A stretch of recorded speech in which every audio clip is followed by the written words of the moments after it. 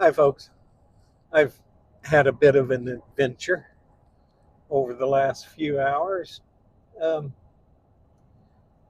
Last night, I used the dirt to find a campsite, and somebody had noted that they couldn't find the campsite. All they could find was people's homes. I don't think this campsite exists anymore. I think it's been supplanted by a developer.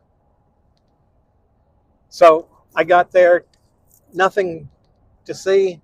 So I went on. There was another one very near. I went to it. It was way back in the woods. Actually, I went further than what the dirt said because the site that the dirt pointed to was already taken. But I could tell that there was other stuff there. So I continued another quarter mile or so, and I found down this little, very rocky, steep road. I got to the campsite and got parked. I had to go down a little bit and close to a stream. I was not right next to it, but I could hear the water from when I went to bed. It rained like crazy. I mean, stormy, off and on, pretty much all night. I didn't sleep a whole lot because I'm keeping my ear open to that little stream. Because with all the rain going on, I was concerned with flooding. And where I was at, I believe I could have gotten out of there, but I was down um, from the road bed. Road, my campsite, and the stream. So I had to climb to get back up on the road. And I think that little stream could have flooded. I was concerned about that. So anyway, I got up first thing this morning and I checked the stream, and the water's not risen to the point where it's going to be a problem. And I had poked my head out my back window a couple of times during the night and I couldn't really see the stream even with the flashlight, but I could uh, see the ground right below me, and there was like an inch or so of water there.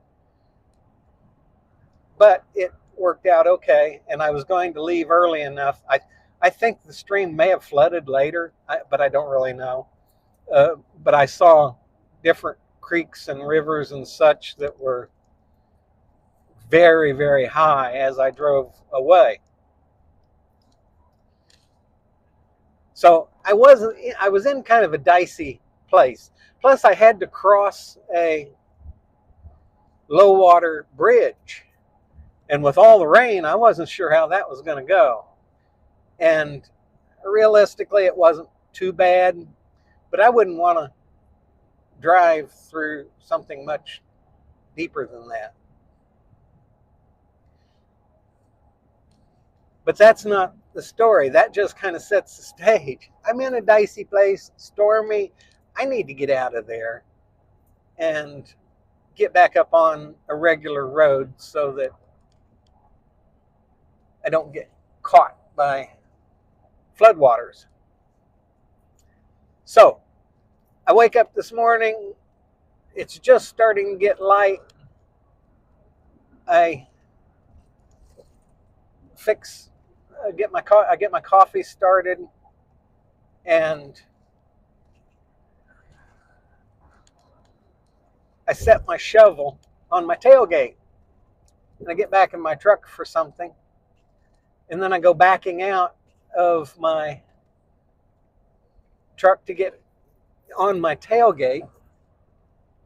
I tend to my coffee, kind of get ready to head out, and I feel my foot touch my shovel. I bumped it. I didn't bump it hard, but I ended up with 3 stitches. Now, bear in mind, I'm at least a mile back in the woods. So I have a first aid kit with me, and I have a bottle of hydrogen peroxide. I always carry a big bottle of hydrogen peroxide with me so that I use it brushing my teeth. So I get it washed off, bandage it. It doesn't go very well. I couldn't get the bleeding stopped. I could get it slowed down. It wasn't bleeding hard and fast, but it was bleeding. And I get it bandaged up. I clean up my coffee pot, get everything put away, and I head out. I get out of the campsite up on the road without any problem. GPS says turn right is the shortest way out. So I do. And I went, the road continues, and then I'm supposed to make a turn, a left-hand turn. I go up this road. In a quarter mile, turn left onto the I-40 West ramp to Oklahoma City.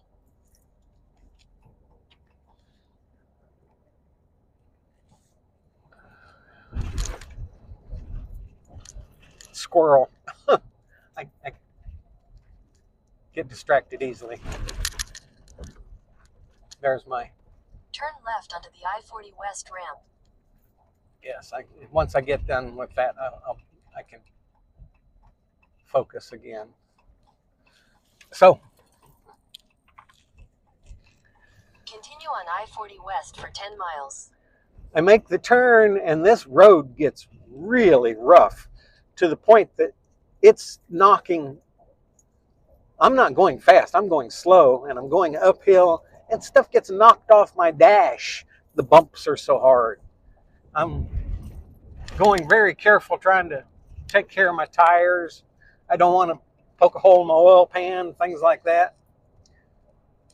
I get up there, and the road's closed. The turn I'm supposed to make, there's a bar across it. You can't go that way. So I turn around and come out.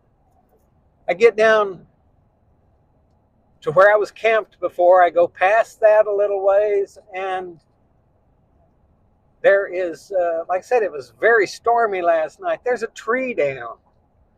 I can't go that way, and there's a tree down going that way, and my foot's bleeding still. Be prepared, people. If you're going to go out like this. Now, I've got a little gizmo with me that is made by Garmin, and it costs me $15 a month, and I can send text messages if I need to. Not very many, or I'll run up a bill. But it's also got an SOS button on it. So I can push that button, and I can get helicopters coming in if I need it. I pay, it's like $40 for a year for search and rescue insurance. So if I get stuck way back in the boonies, like I was this morning, I have a way of getting out, because I had a very minimal internet signal. I don't think I could make a call. I could get a few text messages through, and that was about it.